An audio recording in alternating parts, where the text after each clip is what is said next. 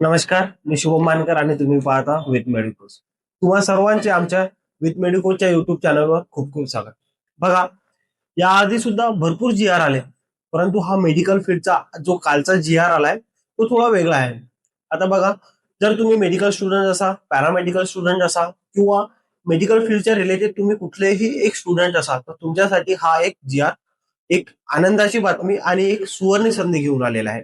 आता तुमच्यामध्ये मनामध्ये एक प्रश्न पडला असेल, तर सुवर्ण संधी कशी? तर बघा, कालचा हा जो जी आर निघालेला आहे, हा सार्वजनिक आरोग्य विभागाचा जी आर आहे. आणि या आरोग्य विभागाच्या जी आर मध्ये जवळजवळ तब्बल 2,720 कोटी 49 हजार रुपयाचा हा एक निधी देण्यात आलेला आहे सार्वजनिक आरोग्य विभागाला. आणि याच्या थ्रू जे राज्यातील 219 रुग्णालय आहेत, याचा एक आकृतीबंध तयार झालेला आहे. मग तुमचा प्रश्न असेल ना, की सर याच्यात आमचा फायदा काय? तर बघा, याच्यात तुमचा फायदा काय हे आपण आज बघूया सविस्तर. जर तुम्ही आमच्या चॅनलवर एक नवीन असाल, तर विथ मेडिकोच्या चॅनलला आता सबस्क्राईब करा. तर बघा, या जाहिरातीमध्ये तुमचा फायदा काय, यामध्ये कुठल्या पोस्ट भरण्यात येणार आहेत, त्यानंतर आकृतीबंध म्हणजे काय, कारण की हे जे आहे ना लेटर, यामध्ये सर्व सहसा लिहिलेलं आहे आकृतीबंध आकृतीबंध. परंतु आकृतीबंध नेमकं होतंय काय, त्याच्यानंतर कुठल्या संवर्गाला सर्वात जास्त फायदा होईल, हे आपण सविस्तर या व्हिडिओमध्ये बघूया. तर चला बघूया, की सर्वात आधी आपण बघूया आकृतीबंध म्हणजे काय. तर याआधी कसं होतं, जे ग्रामीण रुग्णालय होते किंवा सब डिस्ट्रिक्ट हॉस्पिटल होते किंवा डिस्ट्रिक्ट हॉस्पिटल होते, यामध्ये कसं, जे खाटा होत्या म्हणजे हॉस्पिटलचे बेड होते ते लिमिटेड होते.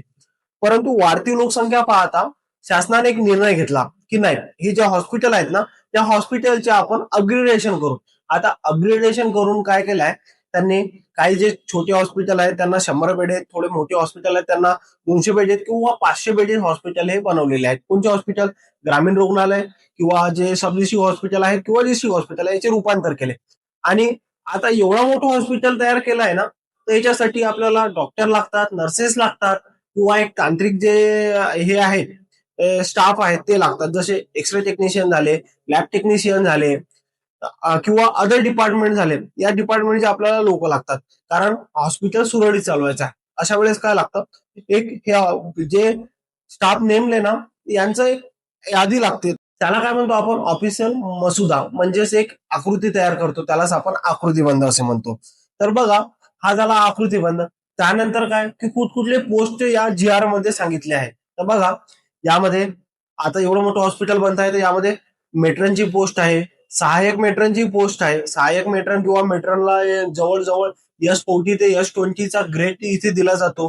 त्यानंतर स्टाफ नर्स. आता हे एवढं मोठं हॉस्पिटल बनतो, तर तेवढ्याच प्रमाणात स्टाफ पण लागते. तर बघा, जर हे जर अप्रूव्ह झालेलं आहे ना, यामध्ये सर्वात जास्त पोस्ट आहेत ना, हे स्टाफ नर्सच्या लागतात. कारण ते एवढे मोठे बेड आहेत ना, आणि एवढे बेड चालवायचं म्हटलं तर स्टाफ खूप जास्त लागतात. तर स्टाफ नर्ससाठी इथे खूप जास्त मोठी सुवर्ण संधी आलेली आहे.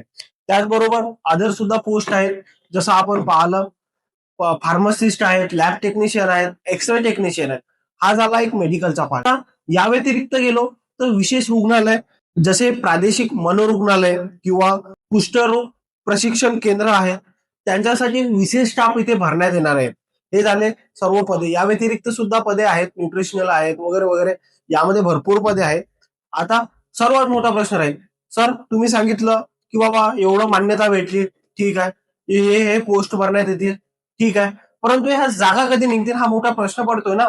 तर बघा, याच्यामध्ये आम्ही विथ मेडिकोच्या चॅनलवर याआधी सुद्धा किंवा आता पण जे माहिती देतो ना, ते एकदम खरी माहिती देतो. आणि जे पण जी आरच्या रिलेटेड राहते ना, तेच माहिती देतो. कुठलीही फेक आश्वासन देत नाही, की नाही आता ही बनलेला आहे, हा जी आर निघाला आहे, तर एवढ्या दिवसात जागा निघतील, असं कुठलीही माहिती दिल्या जात नाही.